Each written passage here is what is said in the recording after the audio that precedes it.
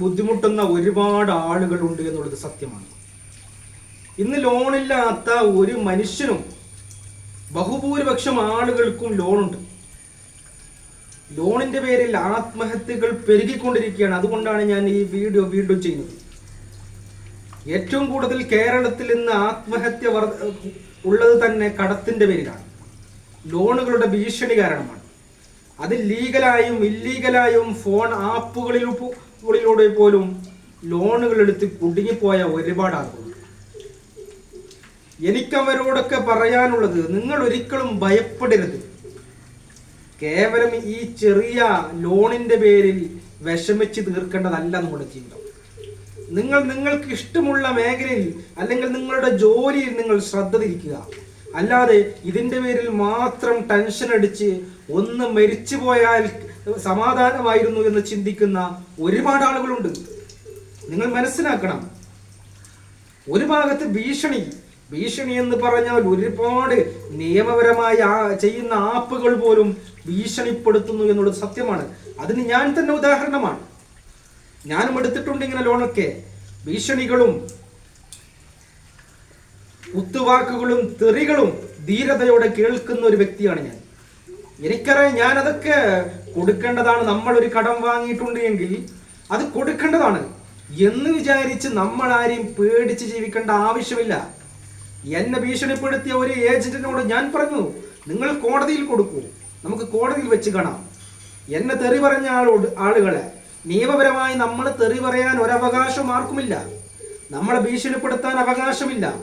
ഇതൊക്കെ അവർ എക്സ്ട്രാ ചെയ്തതാണ്. നിയമപരമായി RBI അപ്രൂവലുള്ള ഒരു ആപ്പിനും നമ്മളെ ആപ്പുകൾക്കോ ലോൺ ബാങ്കുകൾക്കോ നമ്മളെ ഭീഷണിപ്പെടുത്താനുള്ള ഒരു നിർബന്ധവുമില്ല. അതുകൊണ്ട് തന്നെ ഞാൻ പറയുന്നത്, നിങ്ങൾ ഭയപ്പെടരുത്, ധീരമായി നേരിടണം. നിയമപരമായിട്ട് നിങ്ങൾ നേരിടണം. അവർ വീട്ടിൽ വന്നാലും നിങ്ങൾ അതിനൊരു നാണക്കേടായി കാണരുത്. വന്നോട്ടെ, വണ്ടി എടുത്തു പോകുന്നവർ വണ്ടി എടുത്തു പോയിക്കോട്ടെ, വീട്ടിൽ വന്ന് പറയുന്നവർ പറഞ്ഞോട്ടെ. ഇതിനൊക്കെ നേരിടാൻ നിങ്ങൾ ജീവിതത്തിൽ പഠിച്ചാൽ നിങ്ങൾ എവിടെയും തോൽക്കില്ല. മരണമല്ല അതിനൊരു പരിഹാരം. ഒരുപാട് ആളുകൾ മരിച്ചു പോയുന്നത്, ആത്മഹത്യ ചെയ്യുന്നത് എത്ര വേദനാജനകമായ കാര്യമാണ്. ഏജന്റുമാരോട് ഒരു ദയ പറഞ്ഞിട്ടും കാര്യമില്ല. അവരുടെ ഡ്യൂട്ടിയാണ്, അവർ അത് ചെയ്തുകൊണ്ടേയിരിക്കും. നമ്മൾ ഭയപ്പെടരുത്, നമ്മൾ ധീരതയോടെ നേരിടണം ഇങ്ങനെയുള്ള പ്രശ്നങ്ങൾ. അതേപോലെ തന്നെ ഞാൻ കണ്ടിട്ടുണ്ട്, ചില ബാങ്കുകളിൽ ലോൺ എടുക്കാൻ പോകുമ്പോൾ ആളുകൾ വല്ലാതെ താഴ്മ കാണിക്കുന്ന ഒരു ഏർപ്പാട്. സാറേ എന്ന് വിളിച്ച് എങ്ങനെയെങ്കിലും ലോണ് കിട്ടണം. എങ്ങനെയാണ് ലോൺ കൊടുക്കുന്നത്? നമ്മുടെ വസ്തുവകകൾ അവർക്ക് കൊടുത്തിട്ടാണ്, പണയം വെച്ചിട്ടാണ് നമ്മൾ ലോൺ എടുക്കുന്നത്. ഇതിന്റെ പേരിൽ അവരുടെ മുമ്പിൽ നമ്മൾ താഴ്മയും കാണിക്കണം അല്ലേ? നിങ്ങൾ ചിന്തിച്ചു നോക്കൂ. ബാങ്കിൽ നിങ്ങളൊന്ന് എന്തെങ്കിലും ബാങ്കിൽ പോകുമ്പോൾ ഒന്ന് ശ്രദ്ധിച്ചാൽ മതി. എത്രയോ ആളുകളെ നിങ്ങൾക്ക് കാണാൻ പറ്റും സാറേ എന്ന് വിളിച്ച് വണങ്ങുന്നത്. ആരാണവർ? നമ്മുടെ വസ്തുവകൾ അവരുടെ കയ്യിലും കൊടുത്തിട്ട് നമ്മൾ എന്തിനാ അവരുടെ മുമ്പിൽ താഴ്മ കാണിക്കണം?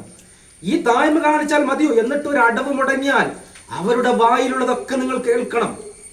എന്നിട്ടോ അവസാനം നിങ്ങൾ കടക്കാൻ കഴിഞ്ഞില്ലെങ്കിൽ അതിന്റെ പലിശയും കൂട്ടുപലിശയും കൊടുക്കണം.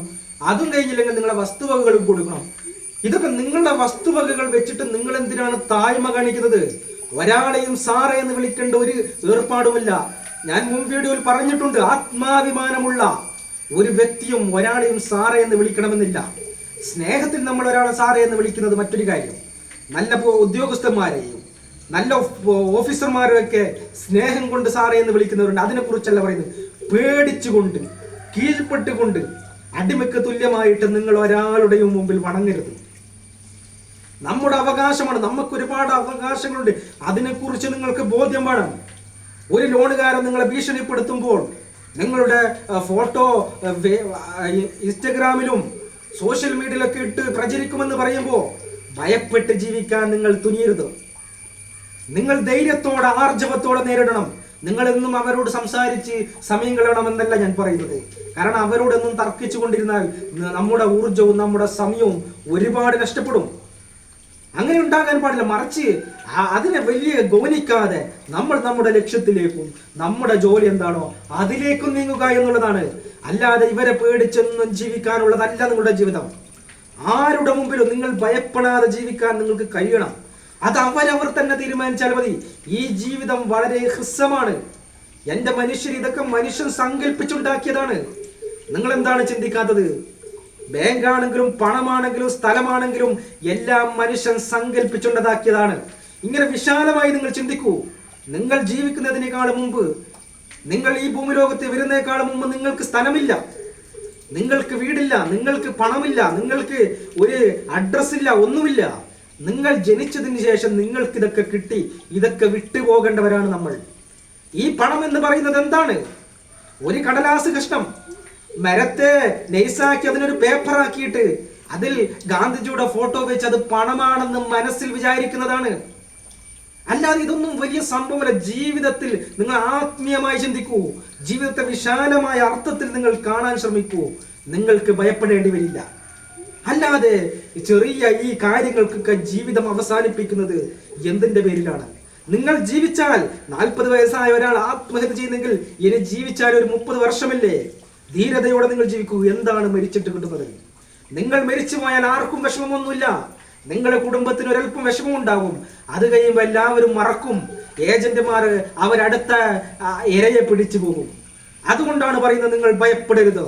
നിങ്ങൾ ലോൺ എടുക്കുന്നതെങ്കിലും നിങ്ങൾ കൂളായിട്ട് തന്നെ, ബാങ്കിൽ പോകുന്നെങ്കിലും കൂളായിട്ട് പോവുക.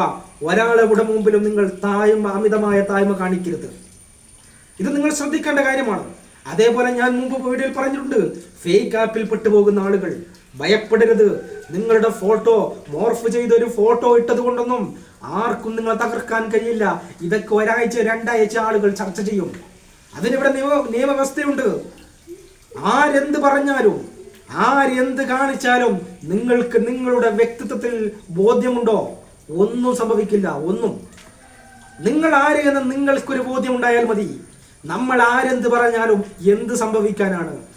നമ്മളെ ഫ്രോഡാണെന്ന് പറഞ്ഞാൽ എന്താണ് പ്രശ്നം? ഒരാൾ എനിക്ക് ഫോൺ വിളിച്ച് പറഞ്ഞതാണ്, ലോണുകാരെന്നെ വിളിച്ച് ഫ്രോഡാണ്, ഭൂലോക ഫ്രോഡാണ് നീ എന്നൊക്കെ പറയുന്നു. മാനസികമായി തകർന്നു. എന്തിനാണ് ഈ തകരേണ്ട ആവശ്യം? അവര് ഫ്രോഡ് എന്ന് പറഞ്ഞാൽ നമ്മൾ ഫ്രോഡാകുമോ? ശരിയാണ്, നിങ്ങളുടെ കയ്യിൽ പണമില്ലാത്തത് കൊണ്ട് തൽക്കാലം നിങ്ങൾക്ക് കൊടുക്കാൻ കഴിയുന്നില്ല എന്നല്ലാതെ നിങ്ങൾ എങ്ങനെയാണ് ഫ്രോഡാകുക?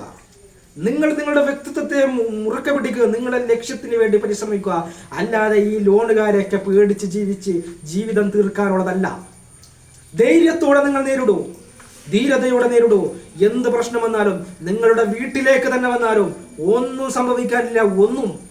എന്ത് സംഭവിക്കുന്നതാണ്? അവർക്ക് വന്നിട്ട് ജസ്റ്റ് പറഞ്ഞു പോകുമെന്നല്ലാതെ അവർക്ക് നമ്മളെ ഭീഷണിപ്പെടുത്താൻ പറ്റുമോ? ഭയപ്പെടുത്താൻ പറ്റുമോ? ആക്രമിക്കാൻ പറ്റുമോ? അതൊക്കെ നിയമവിരുദ്ധമാണ്. അങ്ങനെയൊന്നും നിങ്ങൾ പേടിച്ച് ജീവിക്കരുത്. ഇത് മാത്രമാണ് എനിക്ക് നിങ്ങളോട് പറയാനുള്ളത്. അന്തസ്സോടെ അഭിമാനത്തോടെ ജീവിക്കുക. കടമൊക്കെ എല്ലാവർക്കും ഉള്ളതാണ്. കടമില്ലാതെയൊന്നും ഇനിയുള്ള കാലത്ത് മനുഷ്യന് ജീവിക്കാൻ കഴിയാത്ത ഒരു അവസ്ഥാവിശേഷമാണ്.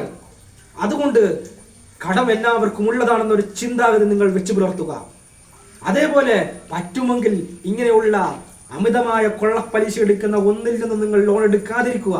എടുത്തിട്ടുണ്ടെങ്കിൽ പെട്ടെന്ന് വീട്ടാൻ ശ്രമിക്കുക. എന്നല്ലാതെ ഇങ്ങനെയുള്ള ആപ്പുകളിൽ നിന്നൊന്നും കൂടുതൽ നിങ്ങൾ ലോൺ എടുക്കരുത്. അത് നിങ്ങൾ ശ്രദ്ധിക്കുക. ഇനി എടുത്താൽ തന്നെ ഭയപ്പെടാതെ നിങ്ങൾ നേരിടുക. ഒന്നും പേടിക്കാനില്ല. ഒന്നും സംഭവിക്കില്ല.